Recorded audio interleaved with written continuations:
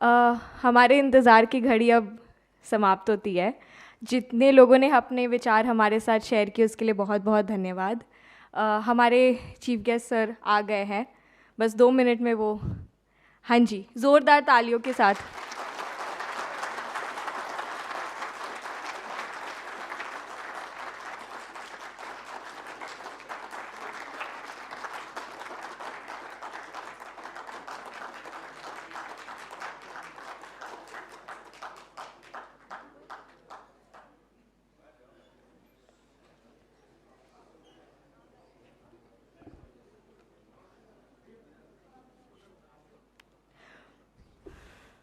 मैं अकेला ही चला था जानिबे मंजिल, मगर लोग साथ आते गए और कारवां बनता गया।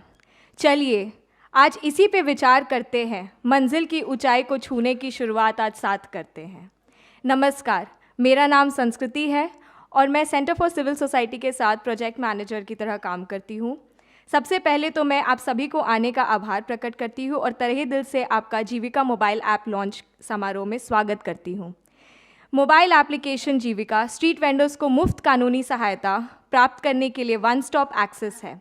अपने सरल यूज़र इंटरफेस और एक क्लिक की पहुंच के साथ एप्लीकेशन कानूनी जानकारी का एक ऑनलाइन भंडार है और साथ ही आप सभी स्ट्रीट वेंडर को निःशुल्क कानूनी मदद पाने के लिए एक SOS प्लेटफॉर्म भी प्रदान करता है। हम विक्रेताओं को उत्पीड़न के खिलाफ लड़ने के लिए सशक्त बनाना चाहते हैं और इसी प्रक्रिया में दूसरों को भी ऐसा करने के लिए प्रेरित करना चाहते हैं। हमारा मानना है कि यह एप्लीकेशन अंततः भारत में स्ट्रीट वेंडर्स की समृद्धि, स्वतंत्रता और सम्मान को बेहतर बनाने में मदद करेगा। इस प्रकार उनके आजीविका स्वतंत्रता के अधिकार का समर्थन करेगा। तो एक बार कार्यक्रम की शुरुआत करने से पहले ज़ोरदार तालियां हो जाए।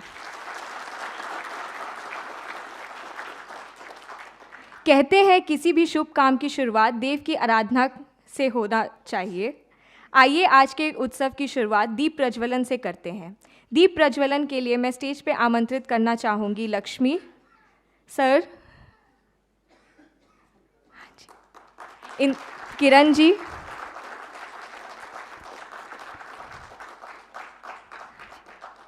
और संदीप जी।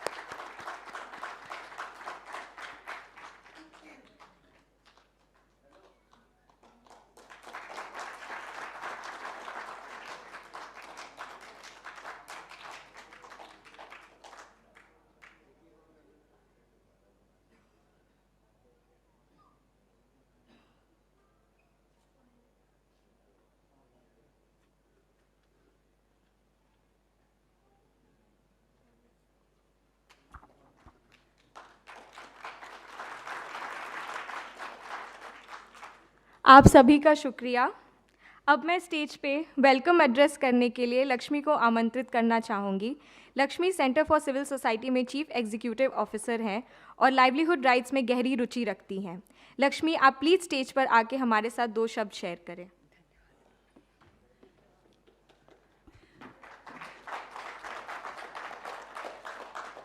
धन्यवाद। माननीय member of parliament Sanjay Singh ji, उपस्थित सभी वेंडर, बहुत ही प्रिय हमारे मित्र, Jeevika fellows, centre for civil society के जितने भी टीम मेंबर्स आज यहाँ उपस्थित हैं, एवं और भी जितने भी सभागण यहाँ उपस्थित हैं, आप सबका हार्दिक स्वागत है। आज का दिन बहुत ख़ास है और इस उत्तरायण के साथ ऐसा लगता है जैसे हमारे वेंडर भाइयों और बहनों का सूरज जो है और भी उज्जवल प्रज्वलित होने वाला है। और ये जो ऐप है ये एक बहुत छोटी सी एक आइकॉन है, आपके फ़ोन में आपको मिलेगी, लेकिन इसके पीछे काफ़ी बड़ी एक जद्दोजहद, हम तो कहेंगे कि काफ़ी सालों पुरानी एक युद्ध है जो 12 से 14 साल पहले सेंटर फॉर सिविल सोसाइटी ने शुरू की थी आप ही के लिए, ये जानकर कि आपकी आवाज़ में उतनी बुलंदी नहीं थी जितनी होनी चाहिए, और इस बुलंदी का एक बहुत ज़रूरी पार्ट है कि आप सरकार तक अपनी आवाज़ पहुंचा पाएँ। तो शुरू में आपके सहयोग से काफ़ी एफ़र्ट्स किए गए, जिसके कारण 2014 में street vendor anti harassment act भी पारित किया गया, और वो इसलिए अभी एक लीगल मतलब एक कानून है। अभी आप जानते हैं कि कानून का बनना और उसका इम्प्लीमेंटेशन ये दो अलग अलग चीज़ें हैं, एंड उसी में आप भागीदार हैं, उसके इम्प्लीमेंटेशन में आप भागीदार हैं। आज जो जीविका ऐप आपको दिख रहा है उसके आपने एक्चुअली आप ही उसके लेखक हैं, मैं तो कहूँगी, जो कोर उसकी स्क्रिप्ट है आप ही ने लिखी है, क्योंकि अल्फ़ा टेस्टिंग बीटा टेस्टिंग सब आप ही के थ्रू हुई है। तो जितने भी उसमें आपने सुझाव दिए, आपने कहा कि इसमें ये खामी है, ये कमी है, इसको ऐसे करें तो ये आसान हो जाएगा वगैरह, उसके लिए मैं और मेरी टीम आपके बहुत बहुत शुक्रगुजार हैं। मैं आपका ज़्यादा समय नहीं लूँगी क्योंकि माननीय मेंबर ऑफ पार्लियामेंट का समय बहुत ही कीमती है, लेकिन मैं सिर्फ एक आपसे रिक्वेस्ट करूँगी कि इतनी बड़ी जो एक ऐप की लॉन्च हो रही है उसका फ़ायदा तभी होगा जब उसे आप भरपूर यूज़ करें, और उसके बारे में अपने बाकी जो भी आपके आधिपत्य में हैं, जितने भी आप वेंडर लीडर्स हैं, तो बाकी जो स्ट्रीट वेंडर्स हैं उनको इसकी जानकारी दें, उन्हें बोलें कि वो इसे बिल्कुल किसी फियर के बगैर यूज़ करें। इसमें और भी कुछ हूँ।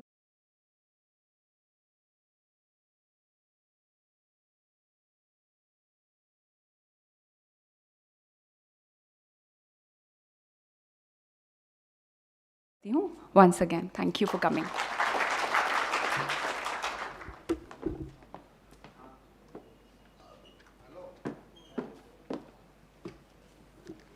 हमारे साथ अपने विचार शेयर करने के लिए शुक्रिया लक्ष्मी। मैं स्टेज पर संदीप जी को आमंत्रित करना चाहूँगी। Sandeep ji national hawker federation Delhi के कन्वीनर हैं और काफ़ी सालों से वेंडर के अधिकारों के लिए संघर्ष कर रहे हैं। मुझे यह बताते हुए बहुत खुशी हो रही है कि NHF और CCS साथ मिलके जीविका को नई ऊंचाइयों पर ले जाने के लिए अग्रसर हैं। इसमें संदीप जी को बहुत बड़ा सहयोग रहा है। मैं तालियों के साथ स्वागत करना चाहूँगी संदीप जी का कि वो मंच पर आए।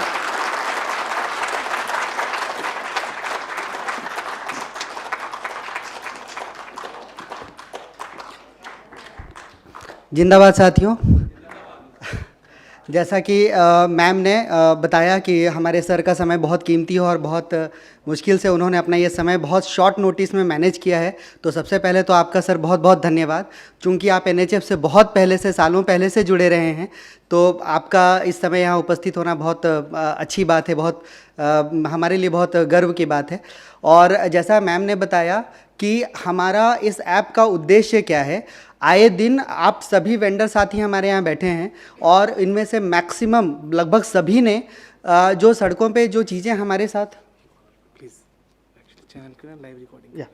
तो जो हमारे साथ जो समस्याएं आती है, आए दिन हमको जिन समस्याओं का सामना करना पड़ रहा है, जबकि हम शायद वो ऐसे लोग हैं जो किसी से कुछ नहीं मांग रहे, हम सिर्फ इतना चाहते हैं कि हमें मेहनत, जो हम अपने खून पसीने की मेहनत करना चाहते हैं, जो काम करना चाहते हैं, सिर्फ हमें आसानी से और बिना किसी परेशानी के वो काम करने दिया जाए, जिसका कानूनी अधिकार भी हमको आज नहीं, आज से कई साल पहले मिल चुका है। उसके बावजूद भी हमको आए दिन ऐसी समस्याओं का सामना करना पड़ता है, जबकि हम किसी भी तरह का ना तो कोई अवैध काम कर रहे हैं, ना ही हम ऐसा कोई काम कर रहे हैं जिससे कभी किसी और को कोई परेशानी हो, बल्कि हम वो वर्ग हैं से आते हैं जो पूरे समाज को बहुत ही जरूरी सेवाएं देता है। अगर हम ना हो तो शायद आम जनता का रहना, उनका जीवन यापन मुश्किल हो जाएगा। और एक और बात है जो मैं हमेशा ही कहना चाहता हूं कि हम स्ट्रीट वेंडर कभी भी उनको उस नज़रिए से नहीं देखा जाना चाहिए कि हम सिर्फ अपनी रोजी रोटी की बात कर रहे हैं, हम अपना परिवार चलाते हैं।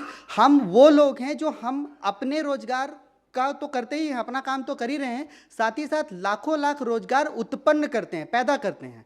हम हैं तो स्मॉल स्केल इंडस्ट्रीज़ के वर्कर मजदूरों का काम चल रहा है, हम हैं तो ट्रांसपोर्ट में जुड़े हुए लोग चल रहे हैं जो हमारा सामान ढोते सब करते, तो हम लाखों रोजगार पैदा करने वाले लोग हैं। उसके बावजूद समाज में, अर्थव्यवस्था में और आम जनता के रोज़मर्रा की ज़रूरतों में इतना ज़्यादा उपयोगी होने के बावजूद भी हमारे साथ बहुत ही अलग तरह का व्यवहार का हमको सामना करना पड़ता है। हमें ना तो सम्मान हो रहा है और ना ही हमें इस तरह की जो एक कानूनी अधिकार है वो भी देने में इतनी परेशानी आ रही है। ये ऐप हमको, चूंकि आज हम सब, आप सब किसी भी तरीके से देखा जाए तो कहीं ना कहीं डिजिटली टेक्निकली बहुत एडवांस हो गए, हम फ़ोन इस्तेमाल करते हैं। इस ऐप को इतने अच्छे से, थैंक यू सीसीएस की पूरी टीम और पूरी मेहनत को, कि इतने अच्छे से, इतनी सावधानी से छोटी छोटी बातों का ध्यान रख के इस तरीके से डिज़ाइन किया गया है कि इसको कोई भी आम स्ट्रीट वेंडर जिसके पास सिर्फ स्मार्टफोन है, जो कि आमतौर पर अभी हमारे सभी साथियों के पास है, वो यूज़ करते हैं, यूट्यूब देखते हैं, व्हाट्सएप इस्तेमाल करते हैं, जिन्हें लिखना नहीं आता वो बोल कर इस्तेमाल करते हैं। तो उसी तरह की सुविधाओं के साथ इस ऐप को बनाया गया है। और इसके पीछे एक सबसे बड़ी बहुत ज़रूरी चीज़ ये थी कि कहीं भी हमारे साथ जो समस्याएं होती है ना, उसका कोई आधिकारिक तौर पे उसका कोई रिकॉर्ड नहीं है कि कब कहाँ क्या हो रहा है। इसके जरिए हम सरकारों के सामने, अथॉरिटी के सामने ये रख पाएंगे कि हमारे साथ कितनी बर्बरता या कितनी परेशानियों का सामना हमको करना पड़ रहा है, कहाँ ज़्यादा हो रहा है, कहाँ कम हो रहा है, कैसे कैसे कितनी समस्याएं आ रही है हमारे पास।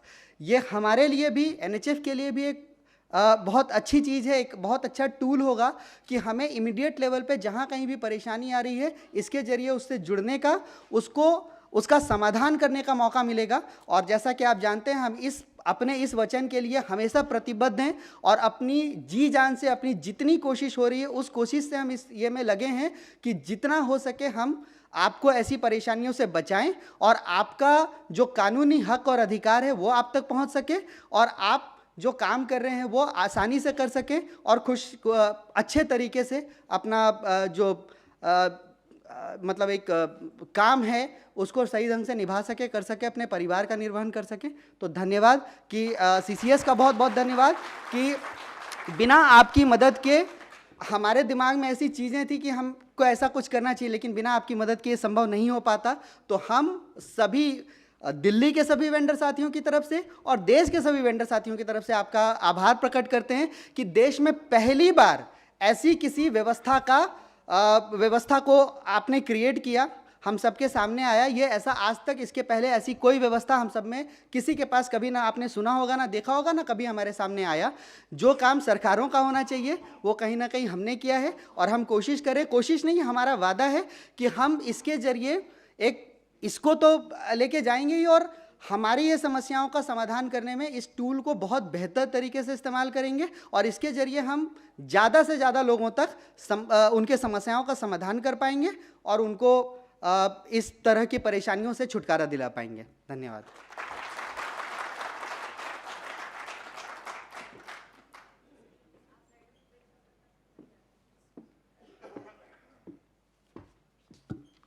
धन्यवाद संदीप जी। अब समय आ गया है उस पल का जिसका हम सभी को इंतज़ार था। मैं अब स्टेज पे आमंत्रित करूंगी जीविका ऐप लॉन्च करने के लिए आदरणीय संजय सर को, लक्ष्मी, प्रशांत और संदीप जी। क्या हम लोग लाइट्स डिम कर सकते हैं और बैनर हटा सकते हैं? प्रोजेक्टर ऑफ कर सकते हैं?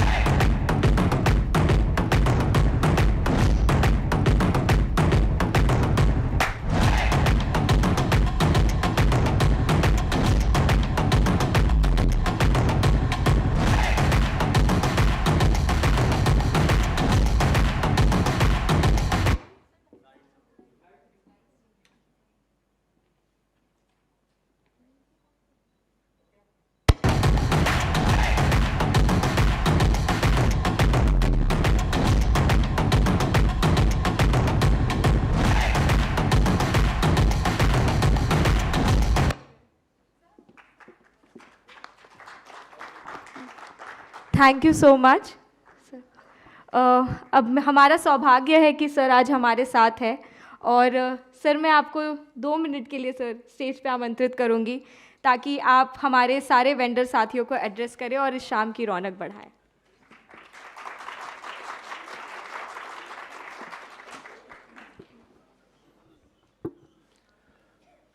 सेंटर फॉर सिविल सोसाइटी के सभी यहाँ पे पदाधिकारीगण, लक्ष्मी जी,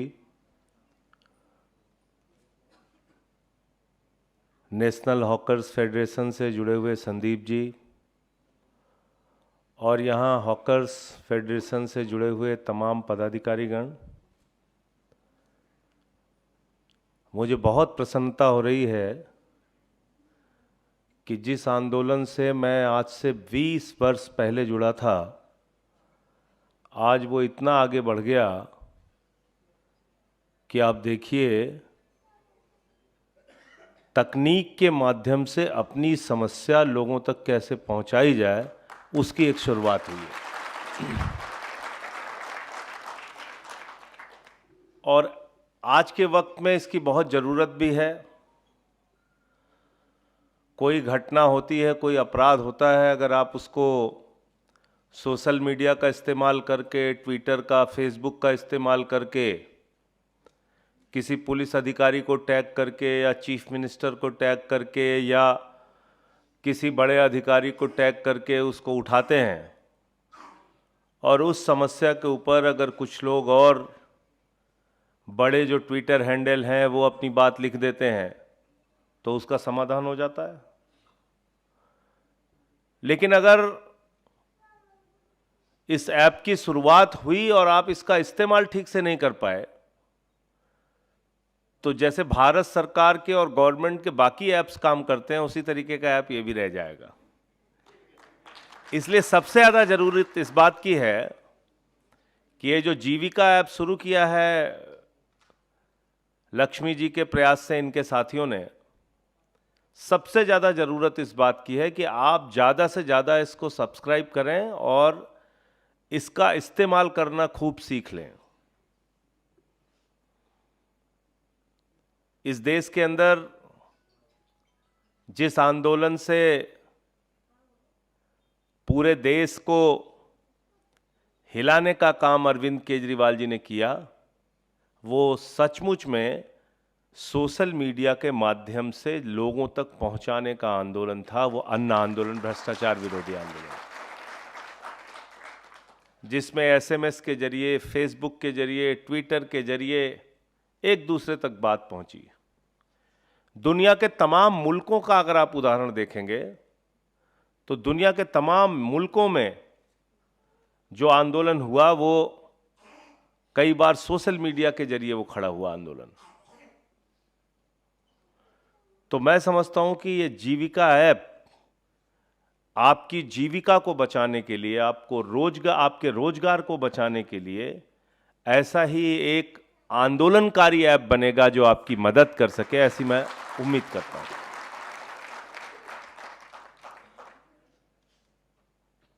अब जैसा मैंने आपको बताया कि बहुत सालों पहले मैं रेहड़ी पटरी वालों के आंदोलन से जुड़ा और मेरी राजनीति में तो बिल्कुल रुचि नहीं थी। मैं कहता था दुनिया का हर काम करना है, राजनीति नहीं करना। सब कुछ करना है, राजनीति छोड़ के सब कुछ करना है। तो मैं अपनी एक संस्था चलाता था, आज़ाद समाज सेवा समिति सुल्तानपुर में। उसके माध्यम से ब्लड डोनेशन का काम होता था, हॉस्पिटल में मरीजों की सेवा का काम होता था, गर्मियों में पौशाला चलाने का काम होता था, ठंडियों में रजाई बांटने का काम होता था, अलाव जलाने का काम होता था और बड़े खुश रहते थे हम लोग कि चलो यार बड़ा अच्छा सेवा का काम कर रहे हैं। लेकिन होता यह था कि सिस्टम अगर खराब है तो 2, 4, 10 मरीजों की सेवा तो हम लोग कर सकते हैं, लेकिन पूरे हॉस्पिटल को अगर ठीक ढंग से चलाना है तो वो सिस्टम ठीक होना चाहिए। अब संस्था का काम करते करते एक समय ऐसा आया कि हमारे शहर में 440 वोल्ट का एक तार गिर गया पटरी गुमटी दुकानदारों की दुकान पे और करीब करीब 70 के आसपास दुकानें जल के खाक हो गई, बर्बाद हो गए वो लोग बिल्कुल। तो मैं साइकिल से गुजर रहा था उधर से अपने किसी काम से, तो मैं ऐसे ही रुक गया। मैंने कहा कि ये तो बड़ा नुकसान हुआ आप लोगों का। तो कोई रो रहा था, कोई विलख रहा था, कोई बहुत परेशान थे सारे लोग, उनके बच्चे आ गए थे, उनकी पत्नियां आ गई थी। तो किसी ने कहा कि मेरी तो पूरी ज़िंदगी की पूंजी चली गई, किसी ने कुछ कहा, किसी ने कुछ कहा, किसी ने कहा कि हम तो 1 लाख रुपए का कर्जा लेके ये सारा सामान लेके आए थे। और तो मुझे बड़ी तकलीफ़ हुई। मैंने कहा कि ये तो एकदम से इनका तो रोज़गार ख़त्म हो गया, तो इनके लिए कुछ करना चाहिए। तो मैं जिलाधिकारी के पास उस समय गया। मैंने कहा भाई इतना बड़ा नुकसान इन लोगों का हो गया, इनको कुछ कंपेंसेशन दीजिए, कुछ मुआवजा दीजिए। तो कहने लगे ऐसे मुआवजा देने का तो कोई प्रावधान है नहीं, तो इनको मुआवजा किस बात का दिया जाए। हमने कहा मुआवजा इस बात का दिया जाए कि इन्होंने अपने आप से दुकान में आग नहीं लगाई, इनकी दुकान गिरी है, बिजली का तार गिरने से आग लगी और तब इनकी दुकान जली है, तो इसलिए इनको मुआवजा दिया जाए, क्योंकि ये बिजली विभाग के फॉल्ट की वजह से हुआ। तो बोले साहब ये लोग तो इलीगल तरीके से लगाते हैं, अवैध तरीके से लगाते हैं। तो गर्मियों का महीना था, तो मैंने डीएम साहब से कहा, मैंने कहा डीएम साहब आप एयर कंडीशन दफ्तर में बैठे हुए हैं और अगर आपके घर में खाने के लिए नहीं रहेगा तो आप चौराहे पे जब ठेला लगाएंगे तब आपको पता चलेगा ये अवैध है कि वैध है। अपने बच्चों को पालना इस देश में वैध है कि अवैध है? हमने कहा बच्चों को पालना अवैध है। परिवार में अगर मां बीमार है उसका इलाज कराना अवैध है। घर में किसी को टीबी हुआ है, किसी को कैंसर हुआ है, उसका इलाज कराना अवैध है। कहां से करेंगे? या तो ये लोग चोरी डकैती करें, तब अपने घर का खर्चा चला सकते हैं, अपने बच्चों को पढ़ा सकते हैं, और या फिर आप इनकी मदद करें। तो उसने कहा कि तब मैं भी थोड़ा उस टाइम में यंग था, गुस्सा जल्दी आ जाता था, अभी भी वो आदत है, लेकिन तो उसने कहा कि ये कैसे बात कर रहे हैं आप? हमने कहा हम ऐसे ही बात कर रहे हैं, हम कोई गलत बात कर रहे हैं तो आप बताइए। तो फिलहाल उसको लेके उसने बात मानी नहीं, तो करीब 10-15 दिन तक धरना चला उन लोगों को लेके। फिर उसमें बिजली विभाग ने अपनी रिपोर्ट लगाई कि उनकी गलती की वजह से वो दुकानें जली हैं, और फिर उसमें मुआवजा के लिए रिकमेंड हुआ कि हाँ, इन लोगों को मुआवजा मिलना चाहिए। उसके बाद इंक्रोचमेंट के नाम पे कभी भी किसी दुकानदार को उजाड़ दिया जाता था। अब आप सोचिए कि गर्मी में 40 डिग्री 45 डिग्री टेम्परेचर में कोई आदमी दिन भर ठेले के पास खड़े होके या उस ठेले को पूरे शहर में घुमा के अपनी सब्जी बेचेगा, केला बेचेगा, फल बेचेगा। तो क्यों बेचेगा?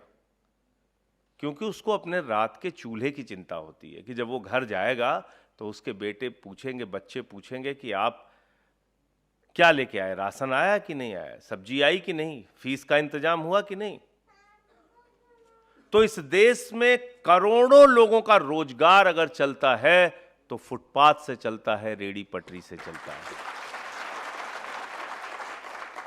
करोड़ों लोगों का अगर परिवार चलता है तो फुटपाथ से, रेडी पटरी से चलता है।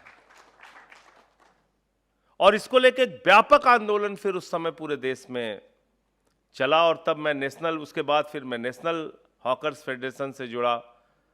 फिर तो मुझे लगा कि जब तक सिस्टम नहीं चेंज होगा, सिर्फ सेवा के काम से ही बात नहीं बनेगी। सेवा का काम भी जरूरी है, लेकिन साथ साथ व्यवस्था को बदलना जरूरी है।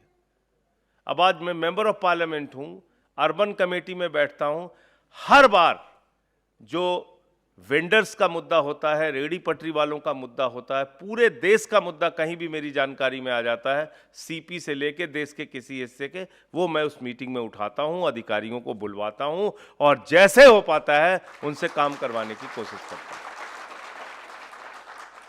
तो राजनीति के जरिए यहां तक पहुंचे, और अगर यहां तक नहीं पहुंचते तो पार्लियामेंट में कैसे आपकी आवाज उठा पाते, कैसे अधिकारियों के सामने आपकी आवाज उठा पाते। तो ये भी जरूरी हिस्सा है।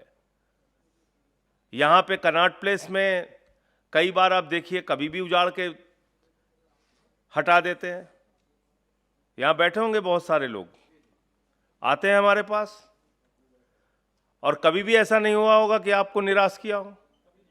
चेयरमैन से बात करनी हो, एनडीएमसी के अधिकारियों से बात करनी हो, तुरंत बात करता हूं। 2-4 दिन भले लग जाए, लेकिन काम जो है होते हैं आप लोगों के। मेरा सिर्फ आपसे यह कहना है कि आज आपके लिए एक एक्ट बना बहुत लंबी लड़ाई के बाद, उस एक्ट पे कोई बात करने के लिए तैयार नहीं होता। कोर्ट में जाइए तो जैसे उनको लगता है कि ये एक्ट है ही नहीं, ये क्या है, ये लोग बात कर रहे हैं, ऐसा टाइप महसूस होता है।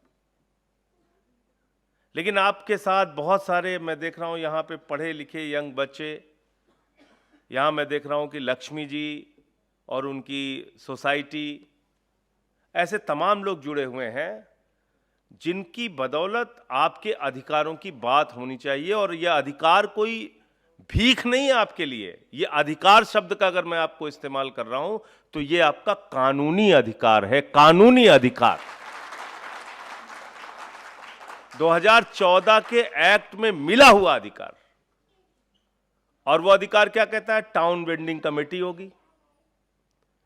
टाउन वेंडिंग कमेटी के जरिए वेंडर्स के जोन बनेंगे।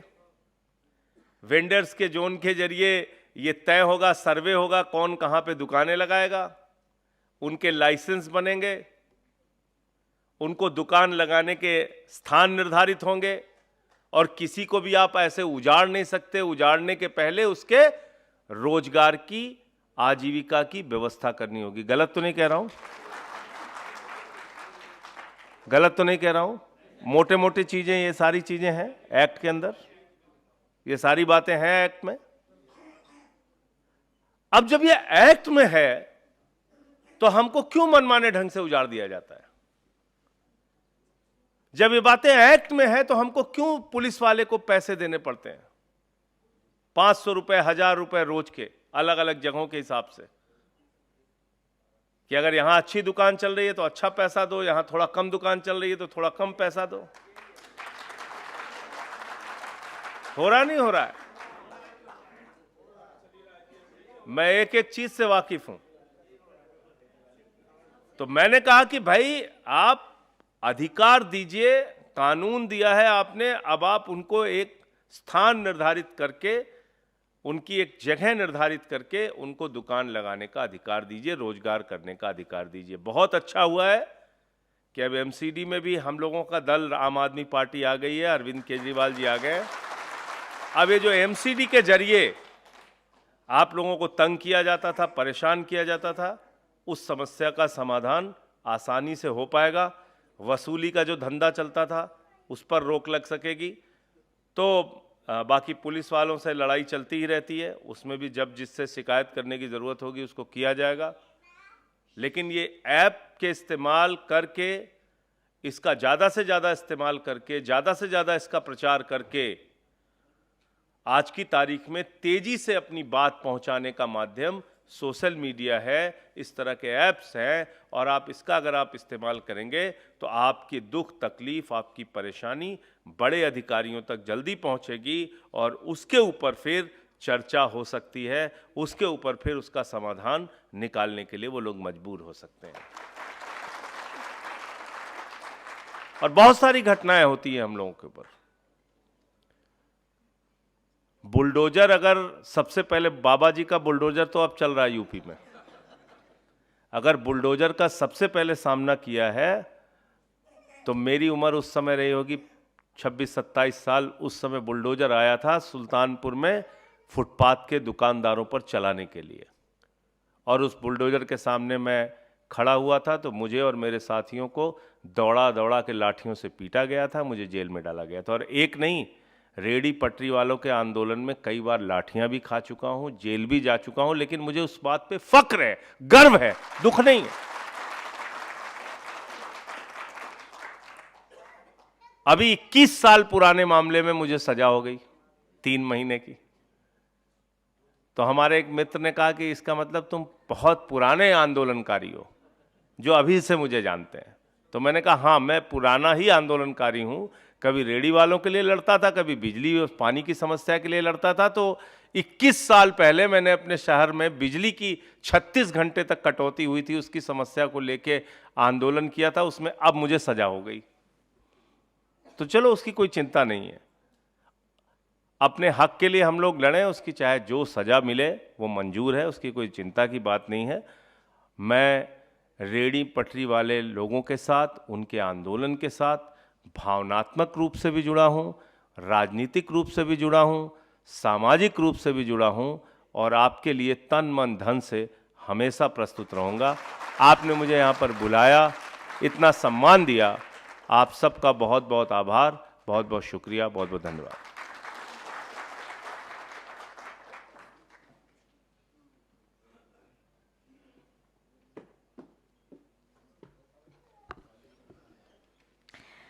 आपका बहुत बहुत शुक्रिया सर, अपने विचार हमारे साथ शेयर करने के लिए। समारोह के अंत की तरफ बढ़ते हुए मैं अब आमंत्रित करूंगी प्रशांत नारंग का।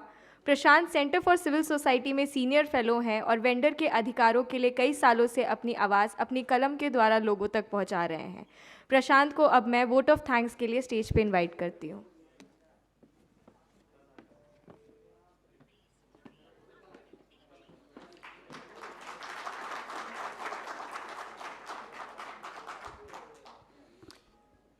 सबसे पहले मैं माननीय संसद सदस्य श्री संजय सिंह जी का बहुत बहुत शुक्रिया अदा करना चाहता हूं कि वो अपना कीमती समय निकालकर आज हमारे बीच यहां आए और उन्होंने जीविका मोबाइल ऐप का लॉन्च किया। उसके लिए बहुत बहुत शुक्रिया सर।